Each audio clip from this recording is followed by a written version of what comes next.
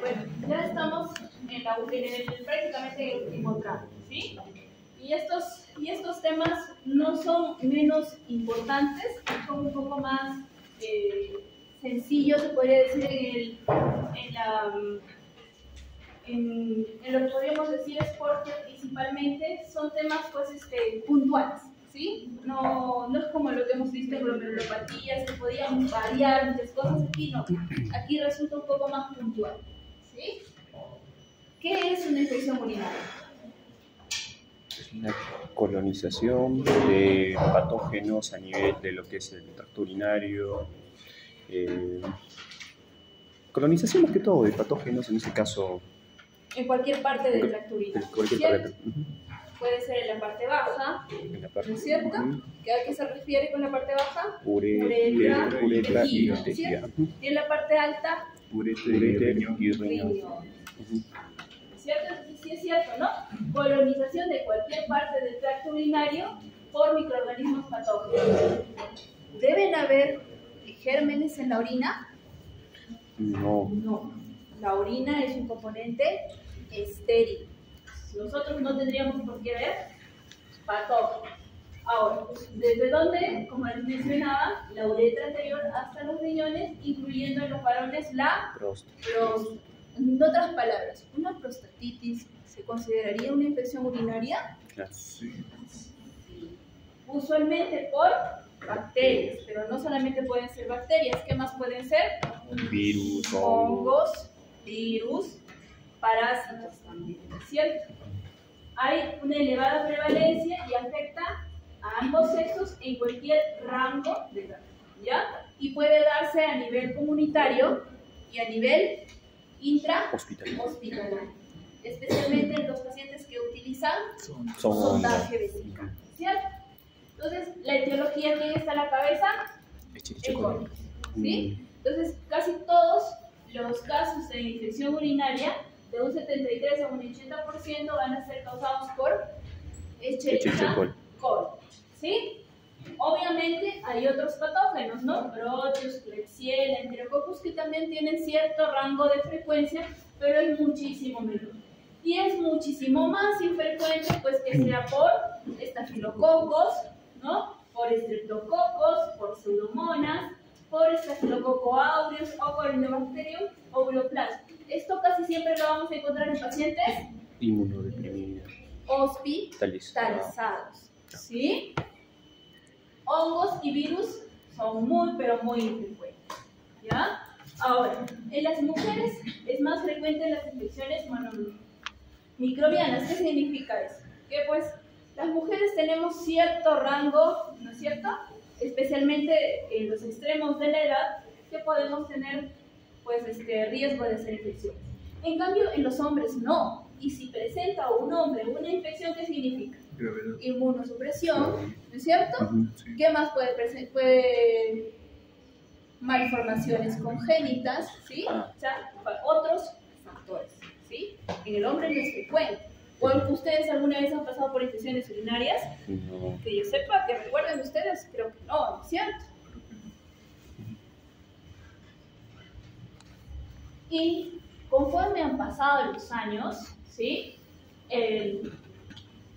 Las cepas de Escherichia coli han ido variando, han ido incrementando que su patogenicidad y su resistencia antimicrobiana, ¿sí? Miren, si nosotros hablamos en el año 2000, la prevalencia era baja con el coli y casi todos eran comunitarios. ¿Qué significa? Sencillo, ¿sí? Un medicamento cualquiera le hacía efecto. En 2003, miren cómo va aumentando ya la frecuencia, ¿ya?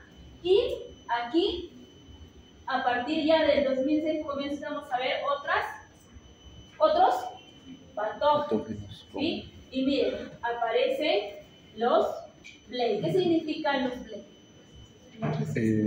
Beta-lactamasos resistentes. Es un mecanismo de resistencia, ¿sí? ¿Qué significa? Que estos patógenos producen beta-lactamasa de espectro extendido, ¿sí? O sea, múltiples resistencias. Factores de riesgo. Edad avanzada, diabetes mellitus. Ya, inmunosupresiones, ¿qué más? Hospitalizaciones, ¿qué más? El uso, ¿no? De automedicación. Múltiples antibióticos, ¿qué más? La sonda vesical, importante. El uso de sondaje vesical. O sea, si se dan cuenta, cada vez nosotros, conforme va aumentando la edad, hay mayor riesgo de que un varón haga hiperplasia prostática, ¿sí o no? Sí, a partir de los 40. Y que por tanto puede hacerse cada cierta frecuencia sondaje vesical. ¿Eso incrementa su riesgo? Claro. Claro que sí. ¿Sí? Si es una mujer que constantemente está ingresando por infecciones urinarias, especialmente ya cuando se pasa la etapa de la menopausia, hay mayor riesgo de hacer infecciones urinarias, es que no recibe estrógenos. Esta paciente entonces va a generar resistencia, ¿sí? Y así muchos otros factores. Entonces, estas beta-lactamasas son una familia de enzimas producidas por bacilos gram negativos. ¿Qué es lo que hacen? Inactivan, dice, a las cefalosporinas. ¿Ya? Entonces, esas son las que generan multiresistencia. ¿Qué utilizamos para los gérmenes que tienen beta-lactamasa o que producen beta-lactamasa de espectro extendido? Antibióticos de amplio espectro como quinolonas. Quinolonas. Macrólidas. ¿Qué piensan? ¿Nunca han visto un paciente hospitalizado con ictus por E. coli B o por Klebsiella B? No. Mire, por eso se les dice multiresistencia, porque todo lo que he mencionado es resistente, ¿sí? Algunos aminoglucósidos por ahí podrían, ¿ya? De manera in vitro, pero hay que ver si es que in vivo podría ser, ¿ya? Nitrofurantoína nos sale a veces positivo, también, mejor dicho, sensible. Pero habría que ver si es que in vivo tiene ese efecto. Pero ¿quién sí o sí le hace efecto? Carbapenémicos. Ustedes tienen un paciente que les ha salido E. coli B, no van a estar jugando, pues, ¿no? Lo van a tener que internar para usar carbapenémicos. Los carbapenémicos no se usan de manera ambulatoria. Y si se usa el ertapenem es con autorización de infectología. Pues no. Entonces, eso es lo que ustedes tienen que tener en cuenta. Por eso, y cada vez más frecuente, vienen pacientes diabéticos, como dice su compañero, pacientes adultos mayores con enfermedad renal crónica, les hacemos un cultivo porque constantemente están ingresando por infecciones, y resulta que casi nadie les pide un cultivo.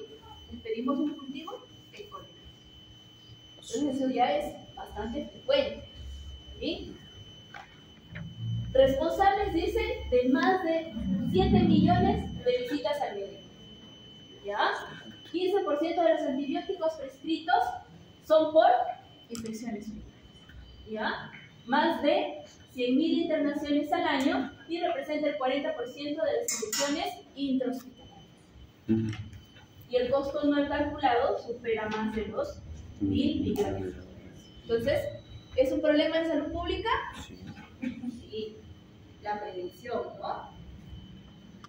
Es más frecuente en mujeres en edad adulta con vida sexual activa y en etapa reproductiva. El 50% de las mujeres van a presentar por lo menos un episodio de infección urinaria a lo largo de su vida. Es la primera causa de consulta en las mujeres en edad reproductiva. ¿Sí? Se dice, ¿sí?, que tiene una incidencia en pacientes mayores de 60 años de 6.000 casos por cada... No, aquí está mal. Sí, 100.000. Por cada... 100.000. Por 1.000.000 de habitantes. ¿Ya? Entonces es alto. ¿Cuáles son los grupos de riesgo? ¿Es los mismos grupos en mujeres y en varones? En algunos casos sí, pero en la mayoría de casos no. Por ejemplo, multípares. Las multípares tienen mayor riesgo de hacer infecciones. ¿Por qué? ¿Qué les predispone el hecho de que hayan tenido varios partos?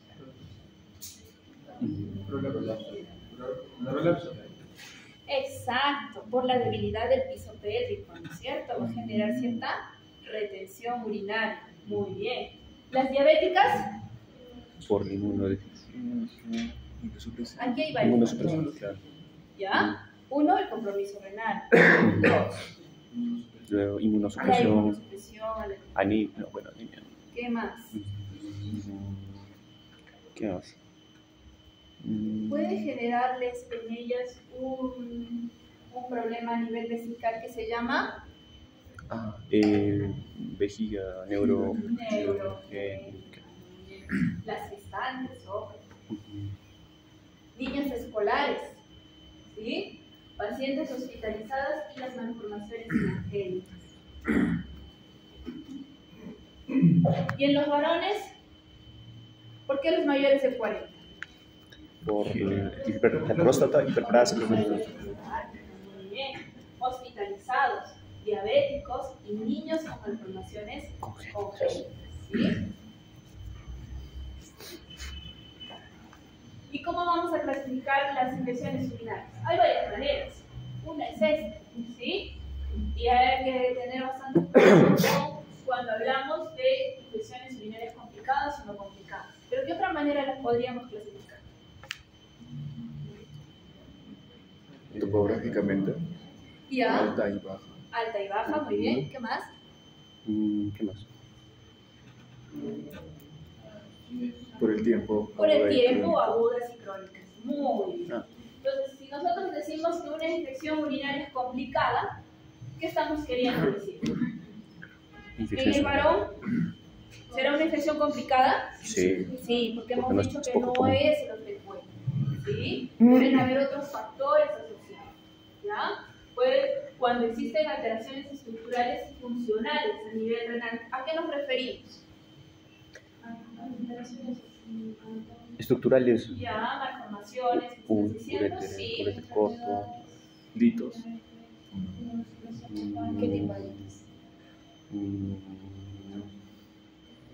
Los ¿Qué litos es empleado? ¿Ah? ¿qué litos serían? ¿La cora? Coras. Corales, no, coraliforme. Coralífero. ¿cierto?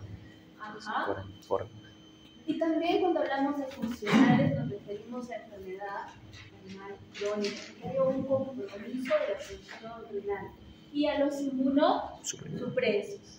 Por ejemplo, un paciente trasplantado con infección urinaria, ¿es una infección complicada o no complicada? Complicado. Complicada, ¿sí?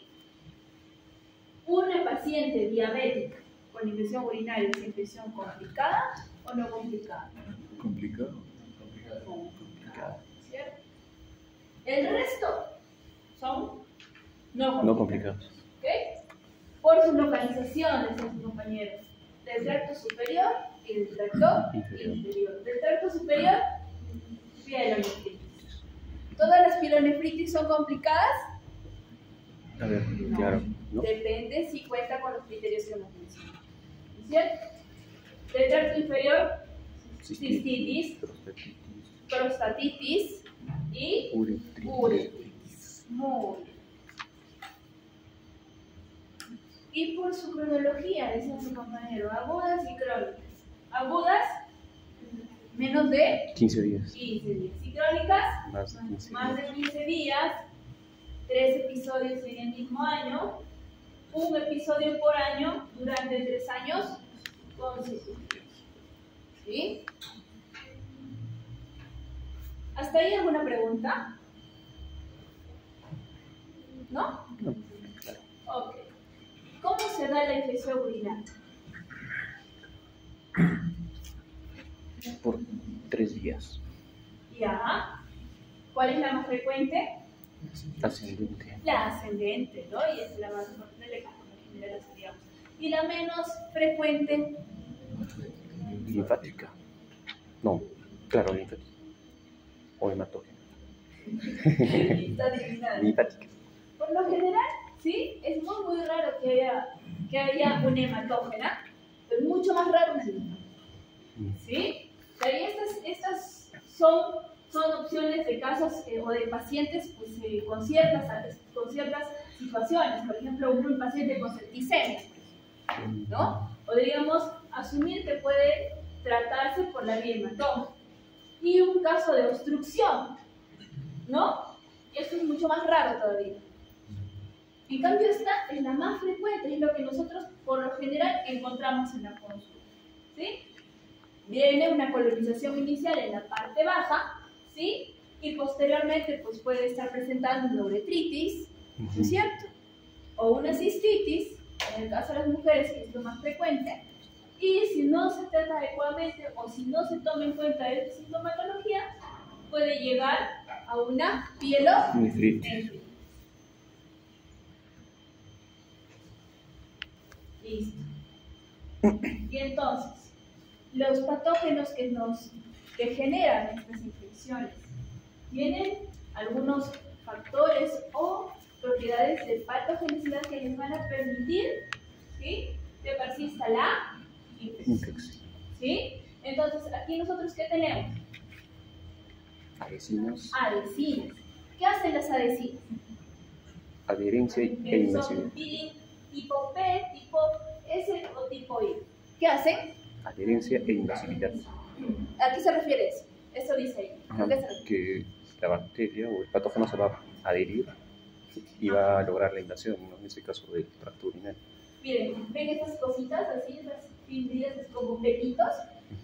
Eso le permite adherirse al epitelio. ¿Sí? Le permite adherirse y quedarse. Por eso dice adhesión e invasión. Las toxinas. ¿Qué toxinas conocen? ¿Sí? ¿Qué hacen las toxinas? ¿Qué van a generar? Inflamación. Daños, sí, bueno. Respuesta inflamatoria. ¿Sí? ¿Van a generar una respuesta inflamatoria? Sí. Claro que sí. ¿Sí? ¿Qué más hay? Hay sideróforos. ¿A qué se refiere con los sideróforos?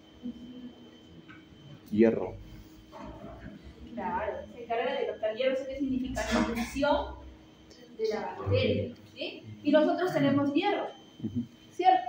Entonces, se alimentan de nosotros prácticamente, ¿sí? Ahora sí, si hay un paciente, porque nosotros tenemos un paciente con anemia. Nosotros hemos hablado que los pacientes con enfermedad renal crónica, en el estadio que sea, pueden presentar anemia.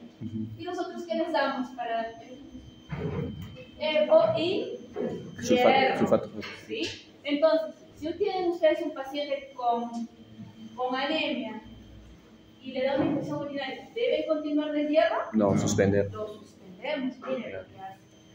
Y también proteasas. ¿Y qué hacen las proteasas? Destrucción. Un nombre lo dice, por favor. Destrucción de proteínas. No, destrucción de proteínas, proteasas. Claro, daño, ¿cierto? Daño tisular. Claro. Entonces, dense cuenta todo el arsenal que hace uso el microorganismo para generarnos y persistir en la infección. Entonces, si nosotros no utilizamos un tratamiento antibiótico, no vamos a parar la infección. Y miren acá. Acá tenemos, por ejemplo, al patógeno. ¿Quién es el patógeno? El coli. Coli. ¿Y qué hace? Miren, ¿ven? Con sus fibras hacia dónde se adhieren. Se adhieren al epitelio del... Al epitelio, ¿sí? Así de sencillo. Y lo invaden, ¿cierto? Entonces, al ocurrir esto, ¿qué es lo que está pasando? Inflamación, interleuquinas, factores de inflamación. Una reacción inflamatoria, ¿cierto? ¿Y a quién tenemos aquí? Capilar. Es un capilar. Muy bien, ¿y aquí quién está? ¿Quiénes son ellos? Los macrófagos. Exacto, entonces miren, ¿ve? Comienza a generarse la reacción inflamatoria y ¿quiénes vienen? Los macrófagos. Y como ellos prácticamente no van a poder directamente con la respuesta o para eliminarlos porque ellos ven cómo se desarrolla tan rápidamente y todo invade, entonces, ¿qué es lo que necesitamos? Antibióticos. Claro. Oiga, ¿usted conoce algún caso donde no utilizamos terapia antibiótica? No. Entonces, ¿qué sintomatología va a presentar los pacientes con infección urinaria? Cistitis aguda. Va a depender, ¿sí? Va a depender si es baja o si es alta. Si es baja una cistitis, ¿qué va a haber? Disuria. Disuria, muy bien. Polatiuria, Nituria, tenesmo, ¿no es cierto? Urgencia. dolor suprapúbico, orina fétida, la orina fétida, sedimento, ¿no es cierto? La orina turbia. Por lo general, aquí no hay síntomas generales o sistémicos, ¿no? Como fiebre, malestar general, ¿no es cierto? Dolor lumbar, que es lo que habitualmente nosotros hemos visto, ¿no? En algunos casos. Eso no hay, ¿no? Puede haber en algunos casos una hematuria macroscópica, pero ¿eso a qué se refiere? ¿A una cistitis? Hemorragia. Porque aquí vamos a ver una hematuria color Coca-Cola. No. ¿Sí? Y en una pielonefritis aguda, dolor tipo ahí sí va a haber, ¿no? El dolor cólico, que dicen que es el dolor lumbar. Muy bien, ¿qué más? Hematuria. Puede haber hematuria, incluso proteinuria, ¿qué más puede haber? Fiebre, escalofríos, síntomas generales, ¿cierto? Fiebre, malestar general, náuseas, vómitos, hiporexia incluso, ¿no es cierto? Y en algunos casos, en un 30% puede haber sintomatología de urinaria baja, ¿ya? Sí está claro entonces la clínica, ¿no es cierto? Entonces, viene un paciente con síntomas, ¿no? Ustedes le hacen la anamnesis, la exploración física y encuentran. ¿Qué es lo que van a encontrar a ver en la exploración física? Dolor a la percusión. Percusión, si es que es alta, ¿cierto? Una pielonefritis. ¿Qué más?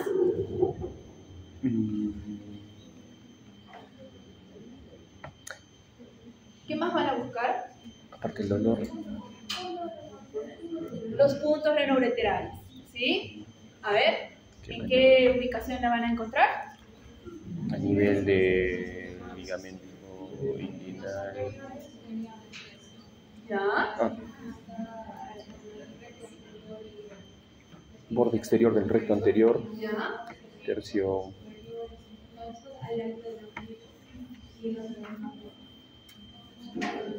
A ver. ¿Cómo era esto? A ver. Espina ilíaca anterosuperior, uno a la altura de la espina ilíaca anterosuperior, uno que está a nivel del...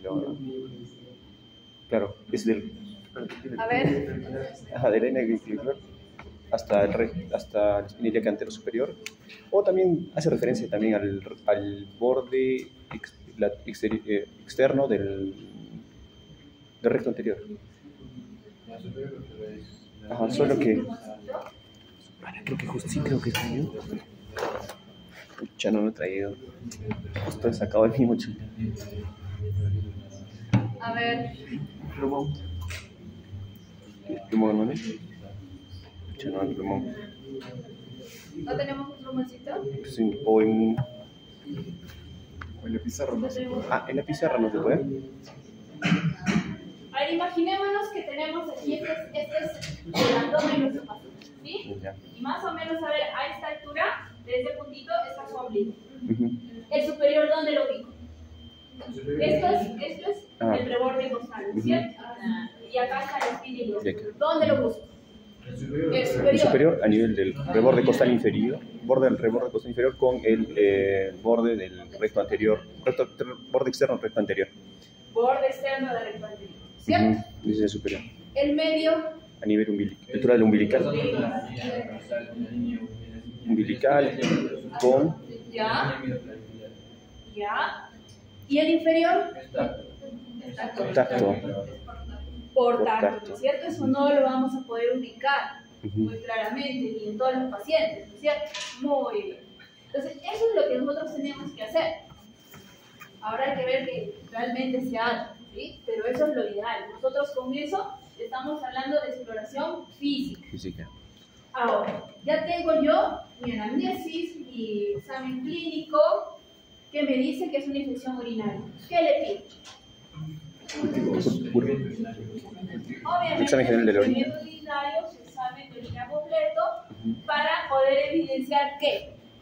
Nitritos, leucocitos, leucocinuria, ¿qué más? Nitritos y... La presencia de bacterias, ¿qué más?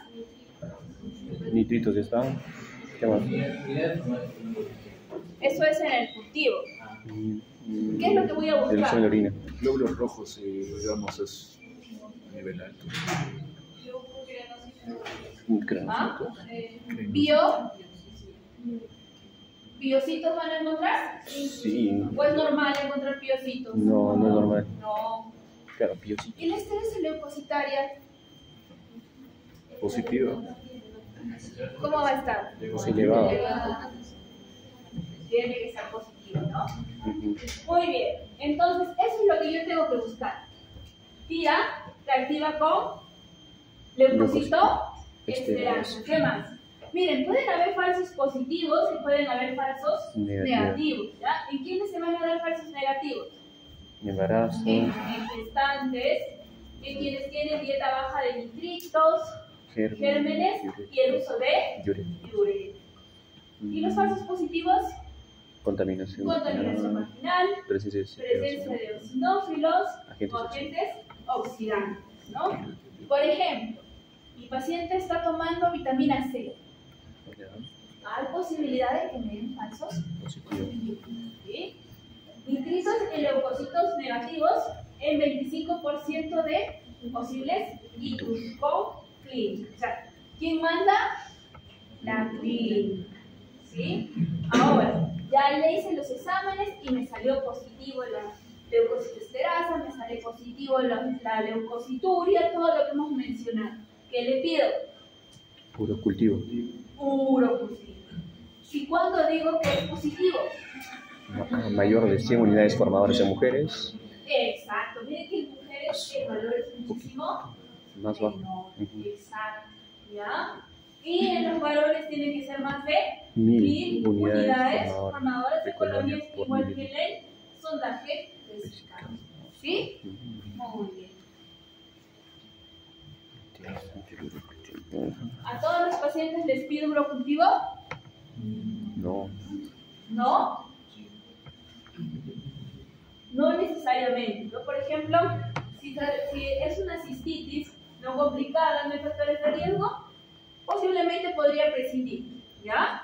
Ahora, estoy en una zona alejada, no hacen urocultivo, pero yo veo la clínica, evaluación física de mi paciente y es una infección. ¿Sí? Hasta el sedimento final le sale positivo.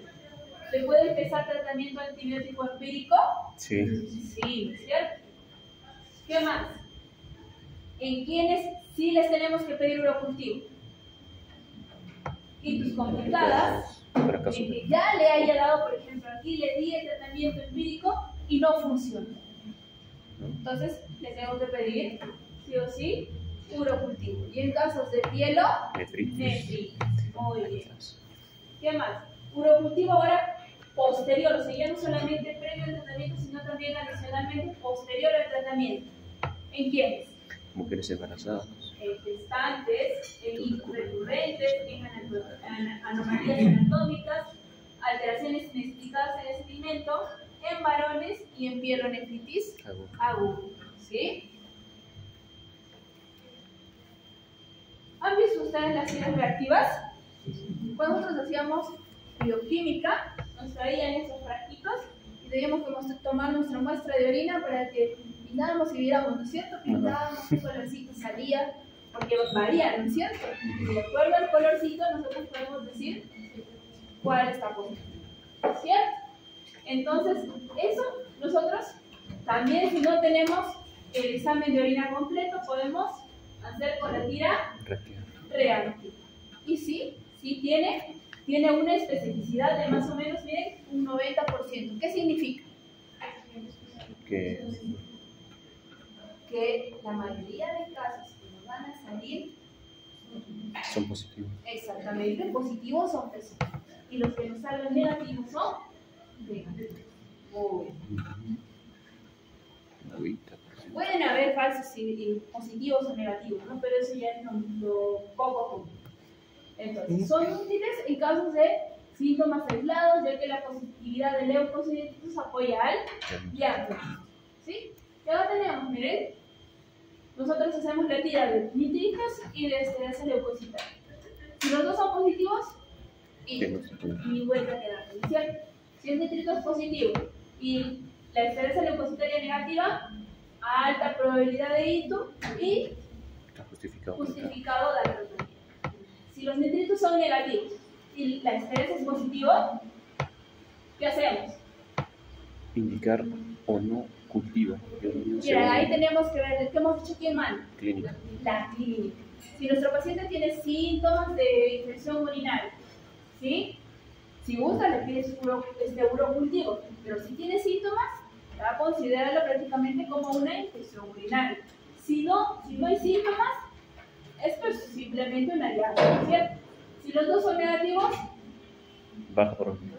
Baja probabilidad. Pero igual hemos dicho que quien manda es la clínica.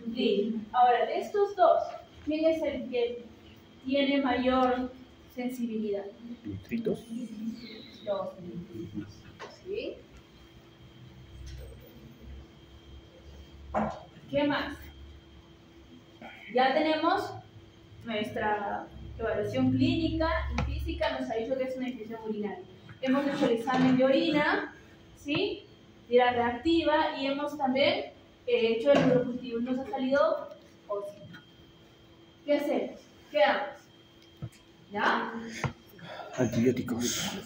Los antibióticos, miren, tienen sus indicaciones, ¿sí? Como yo les decía hace un momentito, ¿no? Si me sale un urocultivo sensible a cualquier antibiótico in vitro, pero los estudios nos dicen que ese medicamento no resulta como tratamiento, entonces, ¿qué tenemos que seguir?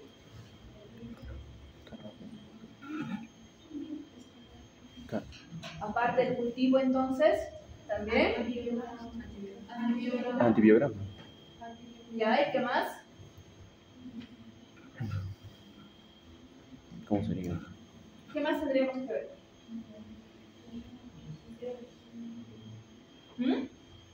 El PLES, no.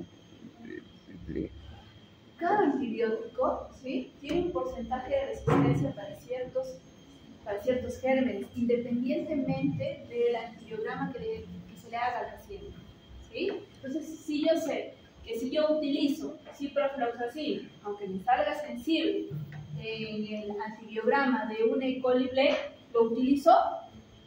No lo utilizo, ¿ya?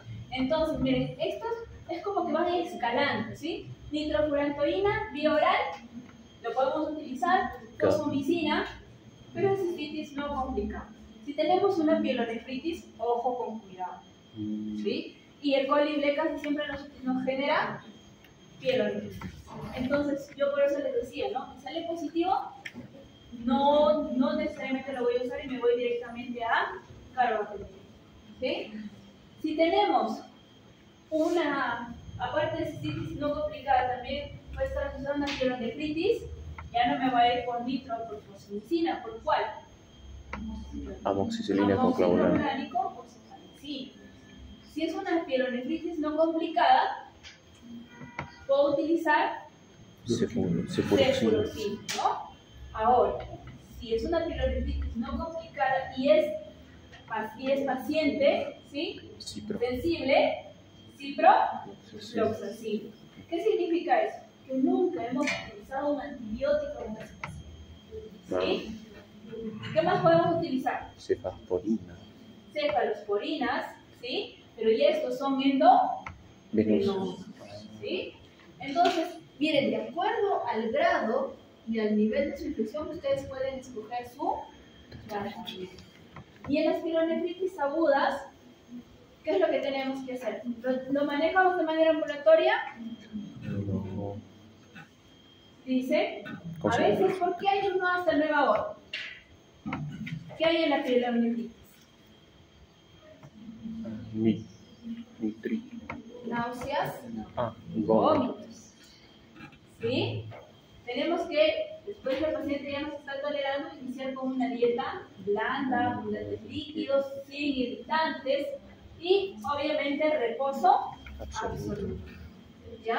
En los niños, miren, no usar inoloros. A ver, si yo les pongo en el examen un paciente de 5 años con infección urinaria, tratamiento sensible a ciprofloxacin. ¿Qué tratamiento le voy a dar? Ciprofloxacin. Amoxicilina con clavulámico. Le puedo dar ciprofloxacin, sulfamethoxazol o hasta cefalosporina. Pero quinolonas. No. ¿Sí? Quinolonas no. Y esto es importante, ¿sí? Porque, ¿saben qué? Nosotros nos estamos guiando solamente ya a ir al tratamiento, tratemos, antibiótico, pero nos estamos olvidando de qué? Prevención. De la prevención, ¿ya? Y hay estudios, ¿no? Con respecto con el uso de arándanos, ¿sí? ¿Cuántos consumen arándanos acá? Espero que todos, por favor. Las chicas nomás dicen porque es mi régimen dietético para no subir de peso. Deberíamos consumir arándanos, ¿sí? Ya dice, mira, ¿ves? Un aporte mínimo de 36 miligramos al día de proandoxinina A, que es el principio activo que nos previene, ¿sí? ¿Qué más? Bacillus macroparvo. Exacto, ¿sí? Hay una vacuna. La nitrofurantoína, eso ya es más que todo una especie de profilaxis en pacientes que tienen factores de riesgo, ¿sí? Obviamente una adecuada higiene y adecuado vaciamiento vesical. Miren, ¿cuántos a veces porque estamos dando clase o estamos recibiendo clase nos contenemos la orina? Y eso no está bien, ¿sí? Varones y mujeres no debemos contener la orina, sino tenemos que considerar que tenemos que ir a hacer el vaciamiento en el momento que el mismo cuerpo nos indica, ¿no? Limpieza anal, post-defecación en la mujer. Esto puede, como puede que no tenga un efecto, ¿sí? Los estudios son un poco contradictorios. Corrección del estreñimiento en niños, eso sí, y también en adolescentes. Y acidificar la orina. Podemos utilizar ácido hipúrico y también vitamina C. Eso sí tiene bastante evidencia. Hay pacientes, por ejemplo, que tienen una recurrencia constante de infecciones urinarias y se les trataba con antibióticos, nitrofurantoína, ciprofloxacino para prevenir las infecciones y no mejoraba. Y se probó la acidificación de la orina y nunca más infección. ¿Ya? Entonces, acidificar la orina, ¿por qué? ¿Alguien podría explicar por qué acidificar la orina? Para evitar la proliferación. Es un ambiente poco favorable para su crecimiento, ¿cierto? Exacto. ¿Hasta ahí alguna pregunta? A ver.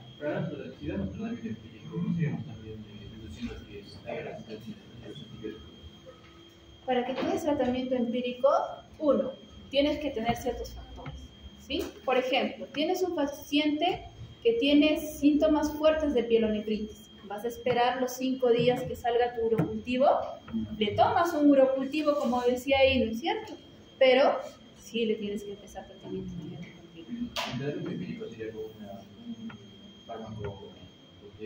Claro. O sea, si tú estás ya con un paciente que ya le has dado, por ejemplo, el tratamiento anterior con ceftriaxona, ¿no?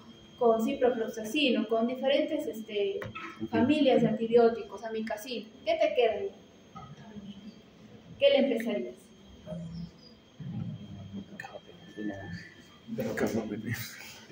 Podría ser carbapenémico, ¿no es cierto? Puede ser escalando, ¿sí? Por ejemplo, tú le diste ciprofloxacino vía oral y no mejoró, ¿ya? Entonces, ponte que el urocultivo te salió muestra contaminada. Ponte que sí le pediste su urocultivo, pero le salió muestra contaminada.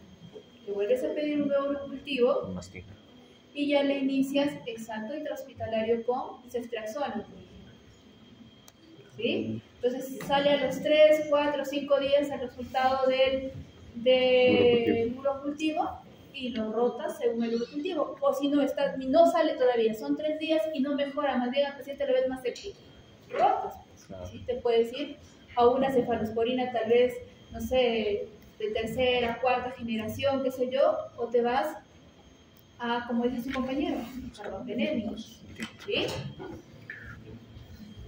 ¿Alguna otra pregunta? No es tan complicado infecciones urinarias, ¿no es cierto? Es algo que ustedes ya han visto posiblemente anteriormente y los gérmenes ya son súper archiconocidos. ¿Sí? Tuberculosis. Tuberculosis renal. ¿Es frecuente la tuberculosis renal? En nuestro medio, sí. En nuestro medio, sí. ¿Cierto? Nosotros somos campeones de tuberculosis. Miren, ¿cuántos años ya lleva la tuberculosis en el mundo? Que hasta ahora no podemos erradicar. ¿Sí? Es un problema de salud pública global. Como les decía, no lo podemos hasta ahorita erradicar. Y hay vacunas para las tuberculosis más críticas, ¿no? Severas, que pueden comprometer la vida de las personas, pero aún así, nosotros seguimos teniendo pacientes con tuberculosis. ¿Sí? Según la OMS, en el 2019, miren, en todo el planeta hubo 10 millones de nuevos casos y 1.2 millones de fallecimientos. En los casos más severos, ¿cierto? Se clasifica según la localización anatómica afectada y aun cuando la TB renal es aquella en la que está afectando, dice, tanto sistemas colectores urinarios, ¿ya? Y también parénquima. ¿Sí? Entonces, ¿a qué se refiere en otras palabras la TB renal? Que afecta a todo. ¿El sistema? A ver, por ahí creo que lo escuché. ¿Ah? Bien, ¿han escuchado ustedes la palabra tuberculosis genitourinaria? Es un término un poco más complejo, ¿cierto? ¿Por qué? Porque los varones solamente, podría afectar solamente los riñones. No, próstata, ¿verdad? Vesículas seminales, ¿cierto? Entonces, es un sinnúmero de órganos que va a afectar. Y vamos a ver después ya en las imágenes cómo es que llega a comprometer y terminar definitivamente destruyendo los riñones. Es una entidad poco frecuente, se puede simular diferentes enfermedades de las vías urinarias. ¿Qué otra enfermedad decíamos que era una de las simuladoras?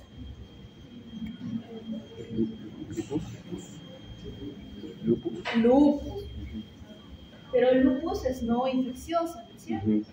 Tuberculosis es una de las imitadoras, ¿ya? Y estamos hablando acá de vías urinarias, pero si hablamos de otros órganos, igual es otra simuladora, ¿ya? Entonces se requiere una alta sospecha clínica para llegar a su diagnóstico, ¿sí? Y esto, por lo general, pasa bastante. Miren, nosotros tenemos pacientes que pueden venir con una hematuria, que es muy llamativa, tal vez proteinuria, leucocituria. ¿Qué hacen? A ver, ustedes vienen con una hematuria leve, vienen con microhematuria, vienen con una proteinuria mínima, ¿sí? Menos de 1 gramo, y leucocituria. ¿Qué piensas? Infección urinaria, es lo que piensa la gran mayoría, ¿no es cierto? ¿Qué hacen? Urocultivo, ¿sí? Tratamiento antibiótico y vuelve nuevamente el paciente por el mismo cuadro. ¿Y qué sale el urocultivo? Negativo. Beca en orina, su beca.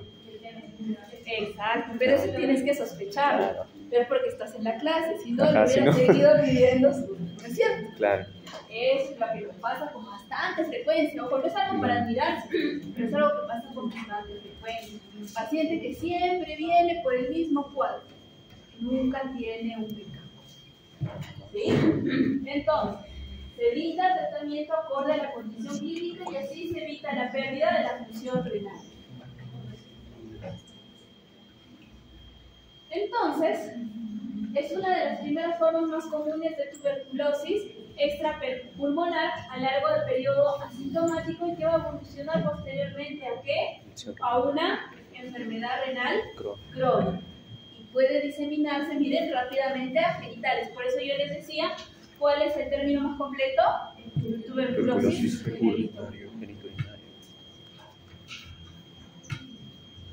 Miren, todos los micobacterios pueden ser capaces de producir una tuberculosis renal, ¿sí? Pero dentro de todos ellos, el micobacterio tuberculosis es el más habitual de cuello.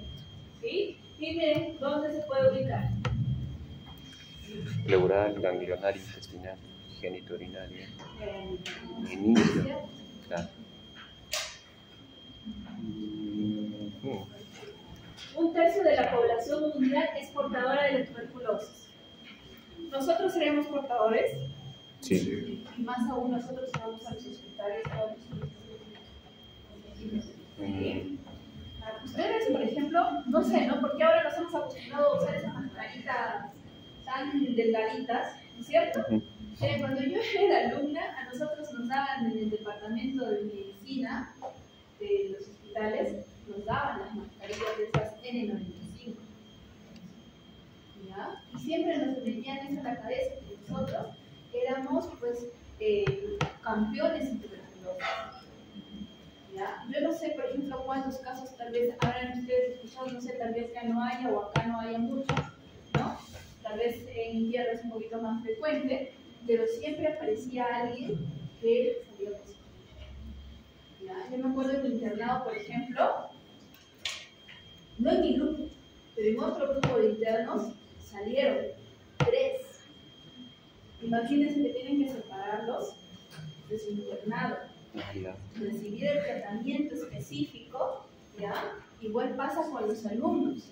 Si, por ejemplo, en el primer, segundo, bueno, esos años casi no entran al hospital, ¿no? Tercer, cuarto, quinto año sale positivo, tiene que dejar.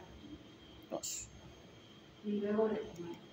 Ya después que obviamente salga su becapos negativo, ¿no? Obviamente. Pero o sea, no sé, ¿no? Tal vez eso no se comenta mucho, pero sí hay casos. Entonces, nosotros podemos ser portadores. ¿Sí? ¿Ustedes creen que de todos los internos, solamente esos 3 internos nada más se infectaron? No, todos seguro porque hemos pasado por las mismas áreas. Lo que pasa es que su sistema inmune, porque tal vez no dormían bien, no se alimentaban bien, es que llegaron a ser enfermos. Entonces, eso es todos debemos ser portadores. Miren, yo tenía un paciente, también me acuerdo cuando interna, un paciente de 90 años, que es un médico, ¿ya? Y que ingresa con alteración del sensorio, y se ponía mal, convulsionaba. ¿Y qué creen que tenía? Tuberculosis meningia. Tuberculosis meningia. Dense cuenta. ¿Ya? Y con eso no les quiero desanimar de la carrera, simplemente decirles que tienen que cuidarnos y tener en cuenta que nosotros, ¿sí?, somos parte de este grupo que dice que somos portadores. ¿Sí? Y el 90% de los casos se presenta en países en desarrollo, como cuáles, como el nuestro, ¿no es cierto? Cada año suceden 2.000 defunciones por tuberculosis y el 90% de infecciones en más de 15 años. El 80-85% compromiso pulmonar y 5-45% extrapulmonar. Ahora, el alteración genitourinaria puede darse de un 30-40%, siendo la segunda en frecuencia después del TB cambio. ¿Sí? ¿Cómo se disemina? ¿Por dónde entra? ¿Cómo llega a los riñones? Vía hematógena. ¿Por dónde? Por los pulmones, vías aéreas. Vía respiratoria. Seguro o vía oral. Por ahí llega y luego se va a diseminar vía hematógena hacia los riñones. Va a haber un periodo asintomático, ¿sí? Por vía canalicular se va a desplazar luego ya a la pelvis, uretra, próstata, uretra y el riñón. Se dan cuenta que su fisiopatología es muy distinta a las infecciones comunes, ¿no? Por eso es que en un primer momento es asintomático, ¿ya? Miren cómo va destruyendo, eso es lo peor, ¿no? Que puede pasar. ¿Cómo va destruyendo? Primero ve la fémera, se ve bonito, comienzan a ver los puntos, los focos sépticos, y posteriormente ya comienzan, miren, a destruir, como hay las estenosis, también la pérdida a nivel de tejido vesical. Y miren esto. Estas clasificaciones o granulomas, miren, estas con calcio y todo, ¿no es cierto? Eso es lo que provoca tuberculosis. la tuberculosis. ¿Sí? Entonces, miren, ¿ve? Pueden clasificar de dos formas. Puede haber primero una anemia, la presencia en el parénquima y en la corteza de pequeños nódulos grisáceos, ¿sí? Causados por granulosis o necrosis central, y no hay síntomas clínicos específicos, y puede haber tal vez síndrome cístico, ¿sí? Más allá no. Luego, una etapa, una forma gaseosa, que es lo más grave, calefacciones, empezaron a ayudar, destrucción progresiva de las papilas que son sustituidas por un material gaseoso. ¿Se dan cuenta? Esto está tomando casi todo el riñón, ¿sí? ¿Se ve? Sí. Entonces, eso es lo que comienza a ver, ¿no? Entonces, hay granulomas gasificantes, hay necrosis y hay un sedación. Entonces, esto prácticamente ya aquí ya no hay. ¿Se dan cuenta? El parénquima ya ha sido destruido. ¿Cuál es el cuadro clínico? Disuria, poliaquiuria, los síndrome cístico, clásicos, ¿no? ¿Ya? ¿Qué más? ¿Puede haber cólico nefrítico? Sí. El 50%. 50% miren, con ¿sí? ¿Puede haber fibra estéril en el examen de orina? Sí, también por algunos otros, aparte del Mycobacterium tuberculosis, miren, ureaplasma, clamidia y por el uso de analgésicos. Muy bien. Y hay una triada, la triada de Colombino. ¿Cuál es esa? pH ácido de orina, piuria y orina séptica. Ah, mira. ¿Sí? Entonces vamos a encontrar piuria, un pH ácido, que hemos dicho que tratamos en las infecciones de acidificar las orinas, ¿recuerdan? Pero aquí miren que el pH es ácido, o sea, no va con las infecciones urinarias comunes, una piuria, y hacemos el cultivo y nos sale negativo. Piuria. Esa triada, ¿sí?, es considerada para la tuberculosis renal. ¿Sí? ¿Y a qué puede llevar esta tuberculosis renal?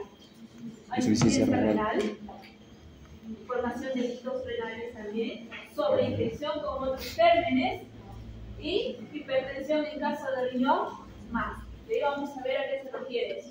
Entonces tenemos que sospechar el diagnóstico si hay antecedentes de TB pulmonar o extrapulmonar, piuria estéril, sin respuesta a tratamiento antibiótico, en aparente cuadro de una cisto.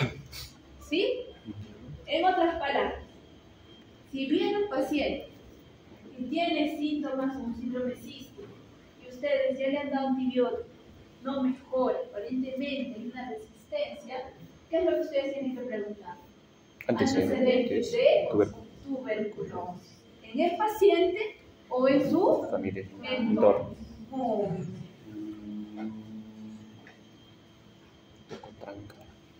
¿Y cuál es el diagnóstico? BK en orina. Claro, le pedimos BK, pero el BK puede salirnos negativo. Sí. Entonces, ¿cómo le pedimos el BK? Seriado. ¿Cierto? Para ver si en algún momento lo sabe. Nosotros tenemos que demostrar que el bacilo está en la orina. ¿Sí? ¿Qué más?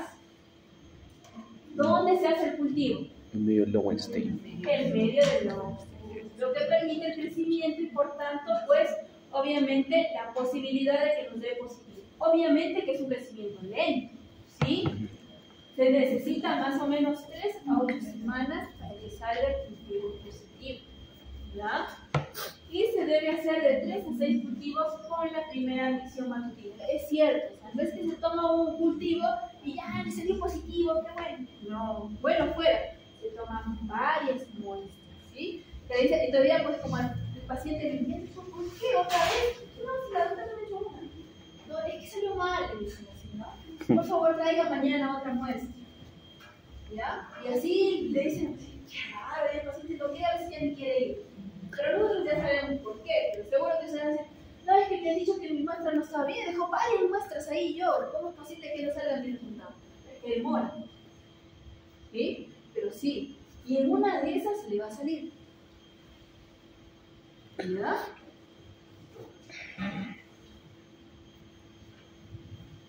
Y ya. Bueno, esto ya prácticamente cuando ya tenemos pues afectación bastante importante de parénquima renal, ¿qué vamos a ver? Calcificación. A nivel de ecografía podemos encontrar dilatación pielocalicial. Sí. ¿Por qué? ¿Qué va a haber a nivel ureteral? Estenosis, ¿ya? Entonces vamos a ver. En la urografía excretoria puede mostrarse cambios tempranos en el 90%. Lesión, necrosis parenquimal, fibrosis, ¿sí? Y en casos avanzados, daño extenso o con distorsión calicial, estenosis o dilatación ureteral y fibrosis. En vez de estas partes borraditas, aquí está pasando tal vez un poquito del contraste. Pero como está tan cerradito, casi no se ve. Eso es la estenosis. ¿Qué más tenemos que buscar? Irregularidades en los márgenes. Si no se ve mucho, está aquí. Tal vez ahí en las diapositivas, cuando ustedes lo revisan en su casa, la van a ver. Está distorsionado, ¿sí? ¿Así es? No. No es cierto. Entonces, hay irregularidades, hay imágenes de erosión y áreas de menor densidad de contraste. También vienen acá. ¿Sí? ¿Lo ven? Igual allí. Cavidades que se comunican con el sistema pielocalicial dando la imagen en por destrucción del parénquima, fibrosis, dilatación también de las caries. Y podemos observar también calcificaciones, abscesos, fístulas, más o menos en un 30%. Y miren, esto ya,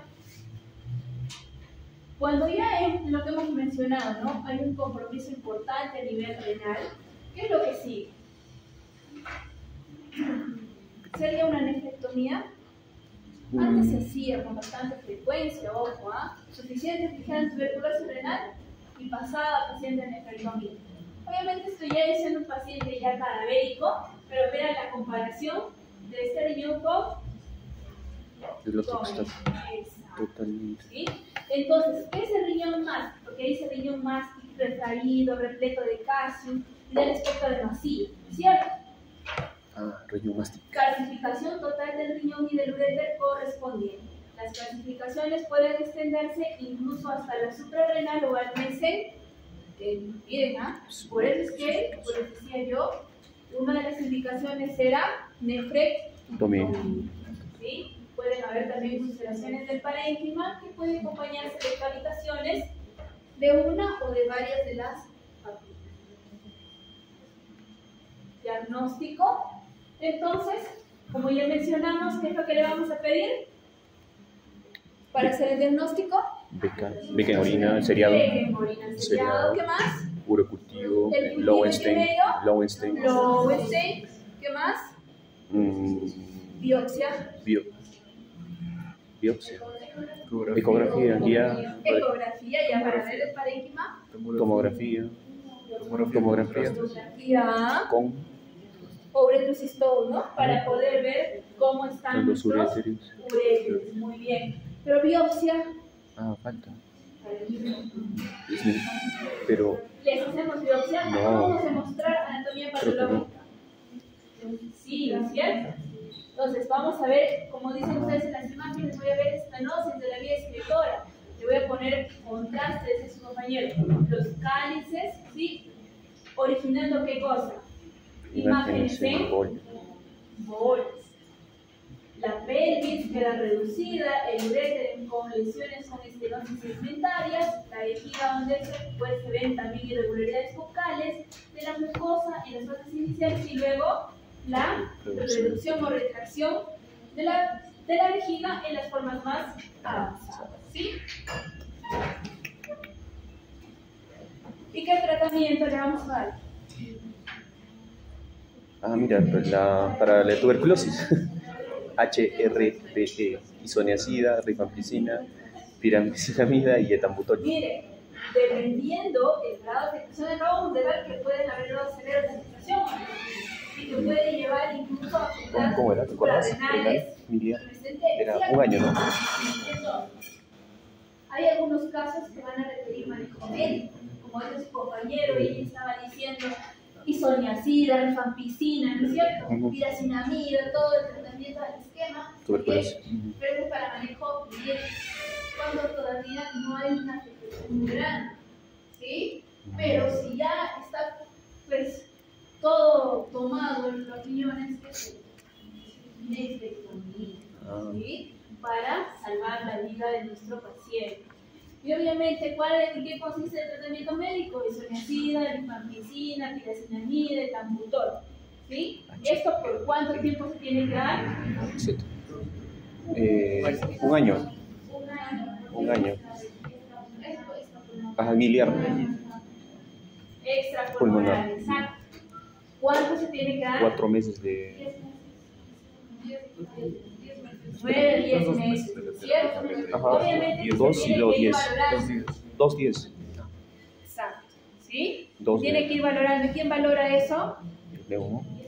Neumólogo. En otros sitios de eso que lo valora el infectólogo, ¿sí? Pero acá lo hace el neumólogo, por ejemplo, de eso medio, ¿no? Y está bien, bueno, él también maneja el tratamiento y los medicamentos, entonces cualquiera de los dos tiene la libertad de hacerlo, ¿ya? Y obviamente, sí, de acuerdo a eso es que ellos valoran, ¿no? Esto de 1 año, 10 meses, 9 meses es relativo, depende mucho del paciente porque acuérdense que estos medicamentos tienen efectos hepatotóxicos, ¿sí? ¿Y de qué te serviría darle mayor tiempo? Más daño. Mayor daño, exacto, y puede llevar a un paciente ¿a dónde? A una insuficiencia hepática. Exacto, ¿ya? Entonces es relativo. Sin riñón y sin hígado. Ven, porque hay pacientes que, por ejemplo, a los primeros meses ya negativizan. Entonces, obviamente que pasan, sí, los 6 meses. Sí, los pasan, ¿ya? Y después, de acuerdo a sus monitoreos, ellos ven si adquieren mucho, ¿ya?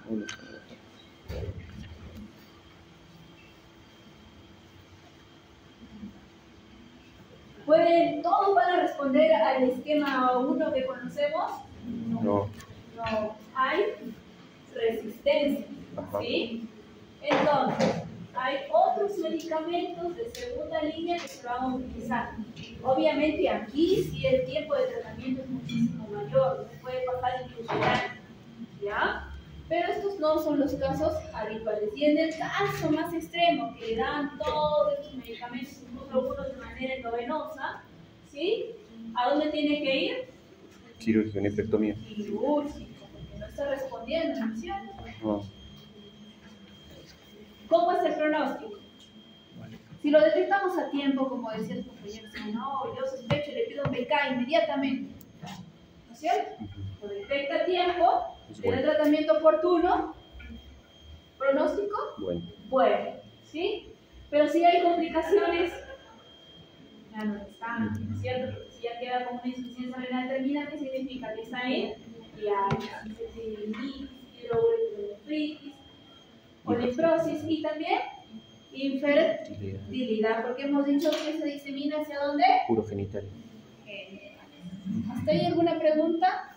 No. ¿No? Algo de relación tiene con ictus. ¿Y su diagnóstico diferencial sería cuál? Ictus, ¿no? O de una ictus, en otras palabras, que no tenga respuesta al tratamiento, su diagnóstico diferencial es de renal. Muy bien. ¿Y qué pasa con la nefrolitiasis? Obstrucción. ¿Qué es la nefrolitiasis? Formación de litos o cálculos a nivel, puede ser renal o también postrenal, también, pues, ¿no? Pero en este caso, nefrolitiasis, solo renal, pues en este caso, de renal. Cierto. Obviamente que la formación se da a nivel renal. ¿Sí? Ahora, que pueden migrar, hacia otras áreas, ¿cierto? Es caracterizada por la formación de litos o cálculos en donde en el aparato intestinal superior, ¿sí? Y es causa importante de morbilidad antes de que muera o haya falla renal. Su espectro clínico ha variado en el tiempo. La litiasis en el adulto es mucho más frecuente en quienes, en países desarrollados, ¿sí? Y bueno, tenemos que tener en cuenta que más o menos tiene una prevalencia que va del 4 hasta el 20%. ¿Y en quién es el más frecuente? Varones. ¿Sí? ¿Qué más? Los pacientes con litiasis se hospitalizan. Es muy baja la tasa de hospitalización, pero sí puede darse. La mayor incidencia se da entre la tercera y quinta década de vida, con predominio en quienes hemos dicho varones. Excepto, ¿cuál es la que sí va más en mujeres? La coraliforme, la que hablamos. La coraliforme, que es más prevalente. ¿Y tú? Y relativamente menos frecuente en quién? Afroamericanos. Habíamos hablado con respecto a la enfermedad renal crónica de los afroamericanos, ¿no es cierto? Y de algunas glomerulopatías también. Pero miren, la litiasis es menos frecuente en afroamericanos.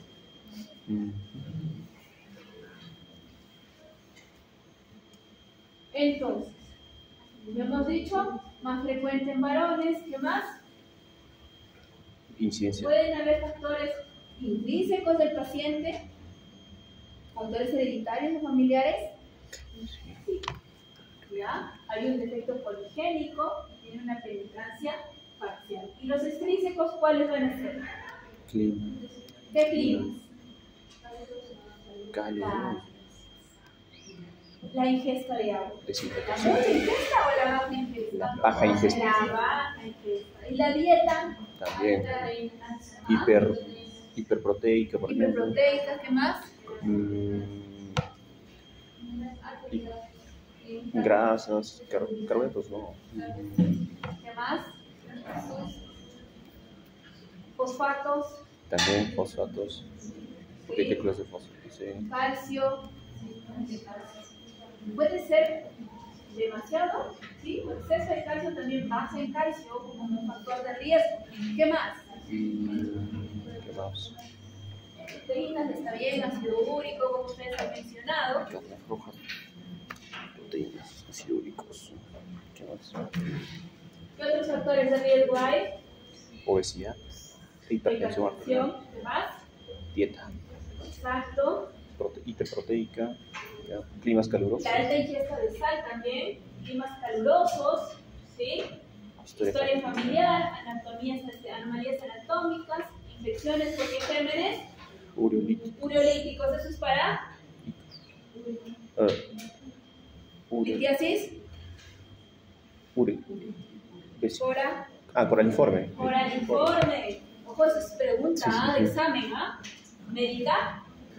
¿Hay algunos medicamentos que están asociados a la formación de cálculos? Sí. Bien. Y acá tenemos un grupo de medicamentos asociados a nefrolitiasis o nefrocalcinosis. ¿Sí? ¿Quiénes son?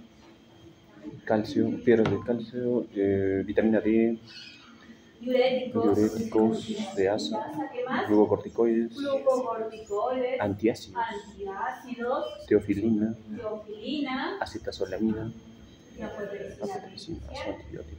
Estos dos últimos principalmente asociados a nefrocalcinosis. ¿Y de ácido úrico?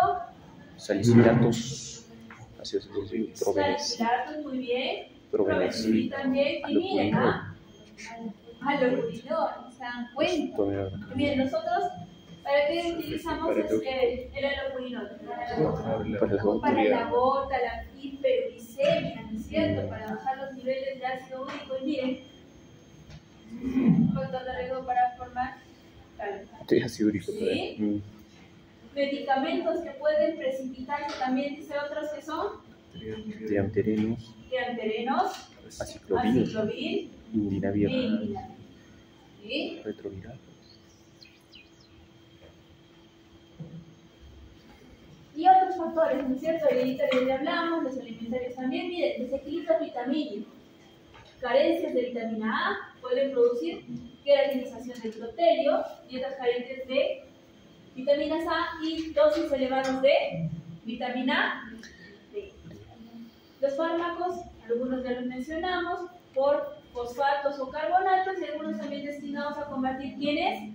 La hiperglicemia y para la gota. ¿Quiénes nos referimos con respecto a la gota? Al urinol. Movilizan cristales de ácido úrico y es muy frecuente también observar episodios de litiasis úricas agudas. Factores ambientales o sociales. Miren, el estrés, ¿ah? Voy a decir que por nefrología están haciendo litiasis renal. O el miedo en las épocas bélicas. Ustedes se encontraron bastante en las épocas de guerra, ¿sí? ¿Se acuerdan que el siglo pasado había un montón de guerras? No solo en las dos guerras mundiales más conocidas, sino también entre los diferentes continentes se daban guerras, ¿no? Especialmente en el Medio Oriente, en esas zonas también de la otra parte del Oriente, igual, ¿cierto? Entonces, eso lo han estudiado y han encontrado que esas situaciones de miedo y estrés les han generado formación de calcio. Alteraciones metabólicas, como si una alteración hormonal del calcio, ácidos oxálicos y úricos, la cistina y también las santinas.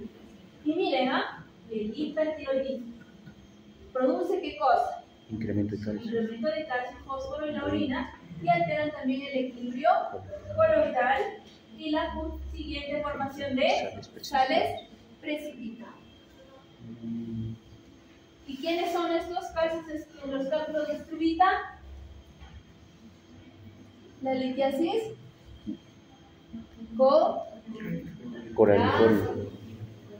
coraliforme. ¿Y miren quién está aquí? Estrubita. Factores productores de qué? Bacterias. Ureas. Toditas ellas, miren, producen. ¿Sí? Estrubita. Escherichia coli no produce ureas, ¿ya? Y aquí, ¿qué vamos a tener? pHs Elevado. Muy bien. Por eso es que cursan con infección.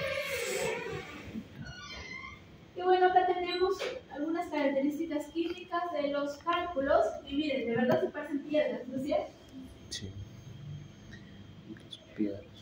Tenemos de ácido úrico, tenemos de oxalato cálcico, tenemos de fosfato amónico magnésico. Ahí me van a decir qué es esto. Es forma, lo dicen, ¿no? Oxalato cálcico de hidrato también. ¿Qué es este? Fosfato amónico magnésico. Por si acaso, yo les puedo poner ese nombre. Ya lo he puesto además en algún examen.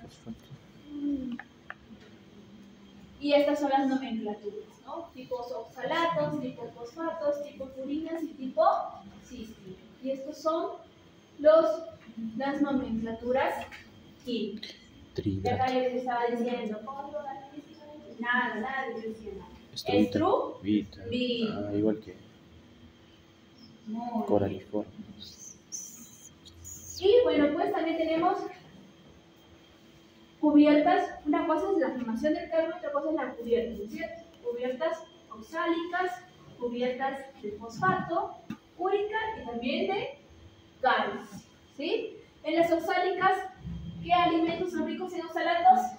Tomate. Tomate. ¿Qué más? Solo tomate, dice ahí.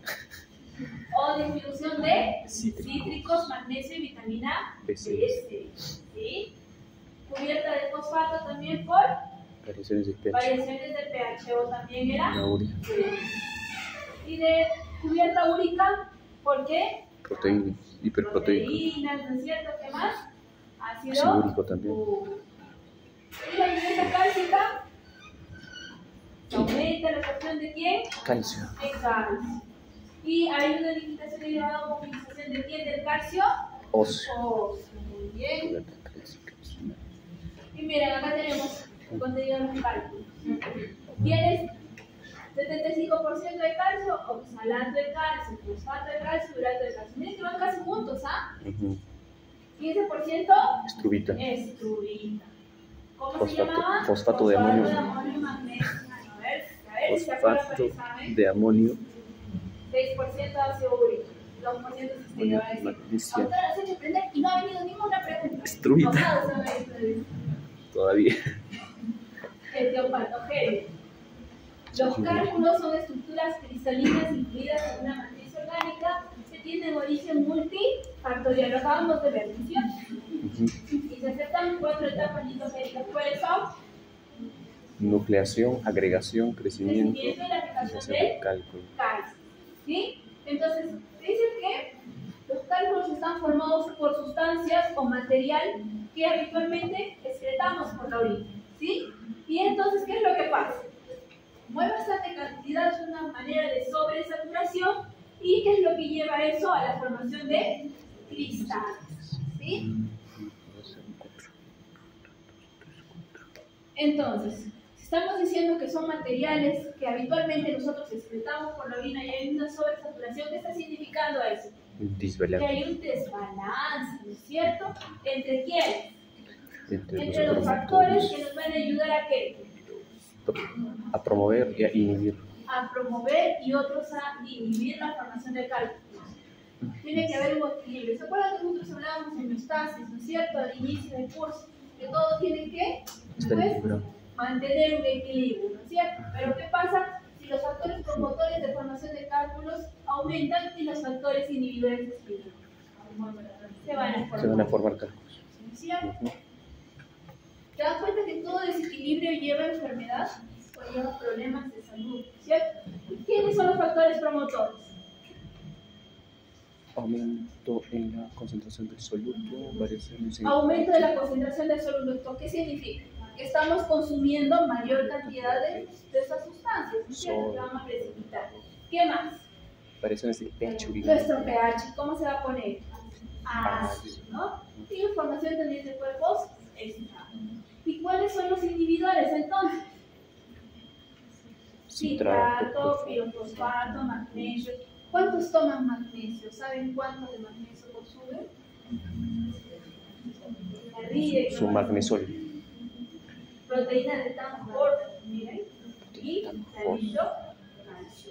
Entonces, si se dan cuenta, aquí miren, aquí hay solubilidad, porque ambos están en equilibrio, ¿no es cierto? Pero miren acá, hay más promotores y por tanto hay precipitación. Listo. Entonces, se lleva a mayor formación de estos cristales. Y estas son las nucleación. ¿Cómo hemos dicho? Las fases, ¿cierto? Las fases. Tenemos una zona sobresaturada, hay nucleación espontánea y crecimiento rápido y agregación de estos cristales. Luego hay una zona metastable de sobresaturación, donde ya dice, se forman cálculos a partir de cálculos previos, no se forman nuevos núcleos, hay disolución rara y hay agregación. Y hay una zona estable donde ya hay nucleación y crecimiento y puede producirse disolución y puede haber agregación. ¿Cómo es el cuadro clínico? Según el tamaño y localización, la palpación, dolor lumbar. Va a depender de la ubicación, ¿cierto? Entonces, si está ubicado acá a nivel renal, obviamente a nivel de pericardio, perfusión va a haber dolor. ¿Qué más? Sí, se va a ubicar más. Cólico renal, ¿qué más? fiebre.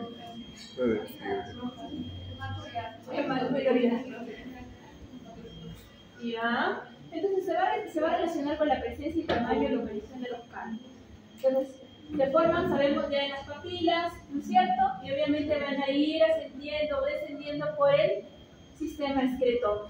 Y bueno, de acuerdo a ello van a dar síntomas de dolor, como hemos dicho, cólico renal, puede haber micro o macro hematuria. Se desprenden, se rompen, van descendiendo por la vía urinaria, ¿ya? Y ahí se presenta el cólico nefrítico, o también conocido como crisis renal-ureteral, y constituye una urgencia médica. O sea, un paciente con cólico renal, ¿a dónde tiene que ir? ¿Va a una consulta externa a esperar su cita? No. Se va a emergencia. ¿Sí? Entonces, si tienen, de acuerdo a su tamaño, su ocupación, su localización, puede ser asintomático, puede haber hematuria, pueden haber infecciones urinarias, dolor. ¿Qué más? Anuria calculosa puede haber. Sí. O sea, un cálculo que va a obstruir, ¿sí? La uretra y por tanto no hay salida. ¿Cierto? Muy bien.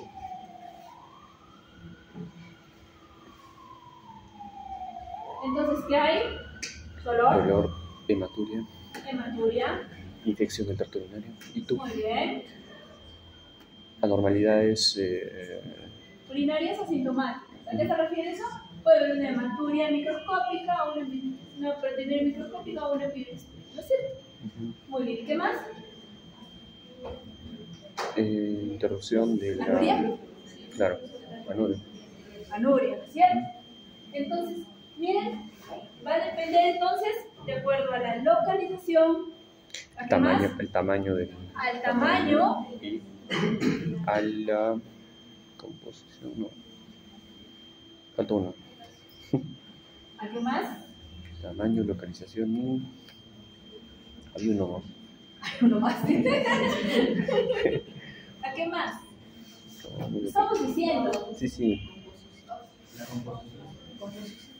Composición. ¿Cierto? Sí. Diagnóstico. Puntos dolorosos. Y lo que ustedes estaban hablando, ¿cierto? ¿Sedimento urinario nos va a ayudar? Claro. Sí. ¿Qué más vamos a hacer nosotros? ¿Qué vamos a encontrar? ¿Podemos encontrar hematuria microscópica? Sí. Sí. ¿Qué más podemos encontrar? Piuria. ¿Qué más? pH aumentado. El pH, miren, va a variar de acuerdo al tipo. El correlito. Si es más de 7, estruvita. Estruvita. Si es menos de 5, ácido úrico. ácido úrico. Ah, ¿Sí? según examen. Y bueno, pues podemos hacer estudios analíticos para ver cómo está la creatinina, electrolitos, ácido úrico, calcio, fósforo, magnesio, sedimento urinario, pH urinario. Y podríamos también hacer estudios en la litéasis relevante, determinación de para las hormonas, expresión urinaria de calcio, magnesio, fosfato, ácido úrico y creatinina en ayunas. Y con sobrecarga de calcio. ¿Y el test de qué? De ácido.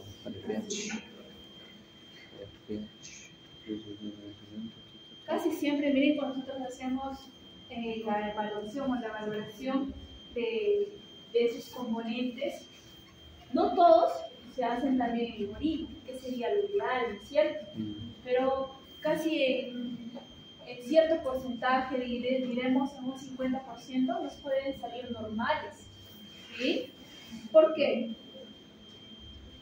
¿Por qué piensan eso? Porque al principio a mí sí me intrigaba, ¿no? ¿Por qué si ya estamos entendiendo que tiene litiasis, por qué sale normal? No son tan grandes. ¿Por qué? Porque son pequeños, se están formando poco a poco, no dan.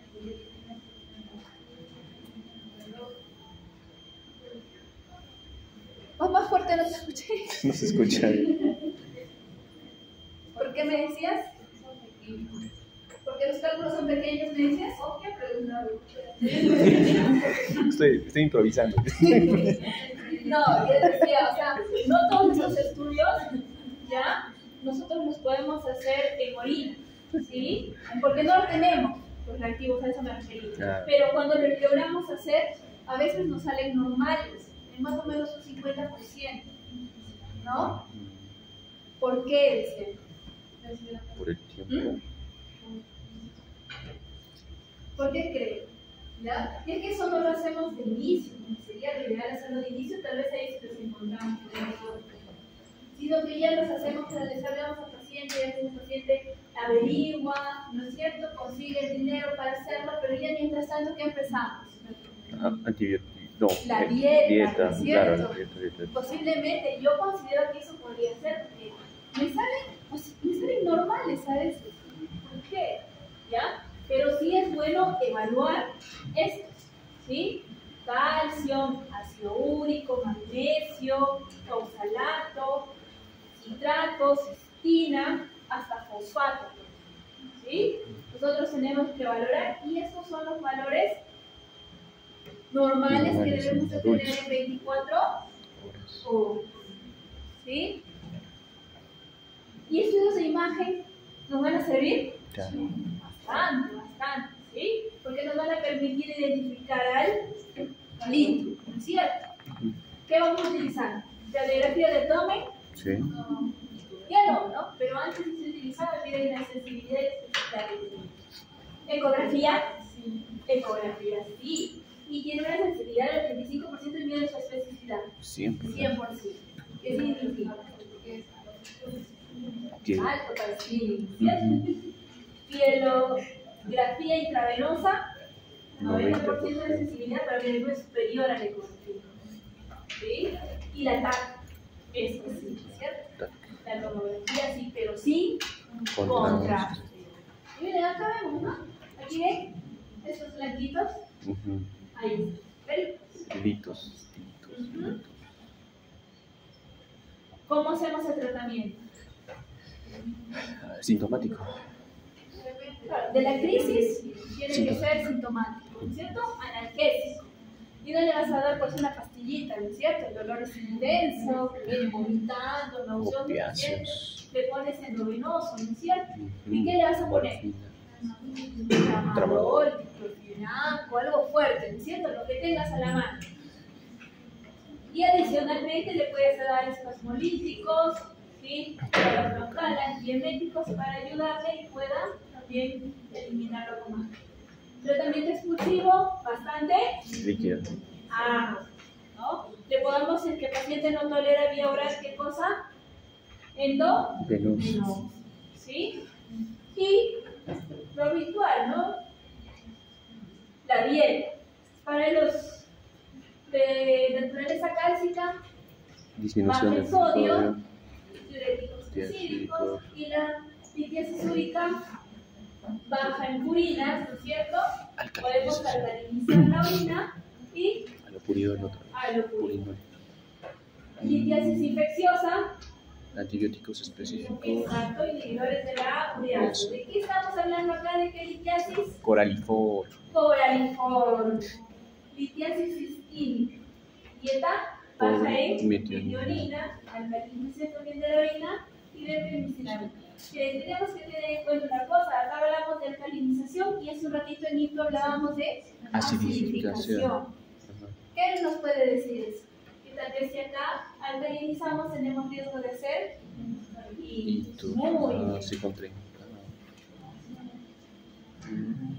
Bueno, recomendaciones dietéticas, abundantes líquidos, ¿sí? Hay que tratar de evitar la restricción severa. Eso no significa que no hay que restringirlo. Restringimos, pero no una restricción severa, ¿sí? Una recomendación es más o menos 1000 a 1200 miligramos al día, ¿sí? Oxalatos, evitar alimentos ricos en oxalatos, aquí lo mencionamos hace ratito, ahí no está ya, pero hace ratito tomate, acá hay otros. Nueces, chocolate, espinacas, que nos gustan, ¿no? Espinacas, remolacha, y las papas también. Y las arvejitas. Proteínas. Judías. Principalmente de origen animal, menos de 200 gramos al día. ¿Qué significa que su bistec no va a ser tan grande, ¿cierto? Carbohidratos, restricción de los refinados, menos de 20 miligramos al día. Sal, sin equivalentes al día. Suplementos de calcio para quienes dicen para la hiperoxaluria, ¿sí? Especialmente la de origen entero. Vitamina B6, vitamina C, vitamina D y la dieta, miren, la dieta Atkins, la dieta DASH y la dieta mediterránea. Se ha comprobado que son protectoras de la nefrología. A ver, ¿alguien sigue esas dietas? Nadie. Solitos con la dieta peruana. Tratamientos farmacológicos según el tipo de cálculo. Entonces aquí tenemos los diferentes medicamentos que tenemos que utilizar para los pacientes con nefrología. ¿Sí? Pero miren, aquí tenemos acá alopurinol. Entonces, ¿qué significa? Tenemos que tener cuidado con los medicamentos. Entonces, todos los medicamentos los vamos a dar así de rutina y de manera pues indeterminada, no, porque también tienen sus indicaciones. Exacto, que van a llevar a la formación de los. Entonces, el tratamiento médico ya mencionamos. ¿Cómo podemos extraer los cálculos grandes? El litotripsia endoscópica. La cistolitotomía, ¿cierto? La litotripsia no le hace nada, es muy duro ese cálculo. Corrección del factor litogénico, puede ser una corrección quirúrgica de instrucción o expresión de cuerpos estables. Y obviamente, medidas generales, evitar sedentarismo, tratamiento de infección urinaria y ingesta adecuada de líquidos. Generalmente se solía decir que la carrera médica era una carrera sedentaria, pero no sabemos que ahora no es tan cierto, ¿no es cierto? Tenemos que, de verdad, ir a la par nuestro trabajo y también ayudar a nuestra salud y hacer actividad física, ir al gimnasio, o sea, tenemos que cuidar, ¿sí? ¿Hasta ahí alguna pregunta? No, pero... Que van a ser las 2, entonces luego el resto quedaría para la semana. ¿Está bien? Sí, por favor. La siguiente clase es la última antes del examen doctoral. Sí, ya tenemos una clase, pero no sé si está bien, podríamos completar esto entre semana y empezar con los casos clínicos. Sí, por favor. Y el día sábado terminamos con los casos clínicos y el viernes que viene, o sea, de este que viene al otro, antes del examen hacemos el repaso. Los casos clínicos van a ser presenciales, entonces. El día sábado para avanzar, porque si no nos quedaría hacer la clase y continuar los casos clínicos, porque ya solamente nos quedan tumores y nefropatía obstructiva, que son poquitos, son dos temas chiquitos. Sería avanzado. ¿Completamos los casos? No sé, depende de ustedes. Si no, Serían si lecciones virtuales. Completamos la clase el sábado y hacemos el repaso el sábado. Siguiente semana hacemos el repaso. Sí, mejor, por favor. Sí. ¿Sí? ¿Cuándo Sí. sería el examen? ¿Ah? ¿Cuándo sería el examen? El examen sería el 13. Entonces, que sus compañeros me dijeron, doctora, el repaso mejor que sea antes del examen, por eso habíamos dicho, entonces que sea el viernes el repaso.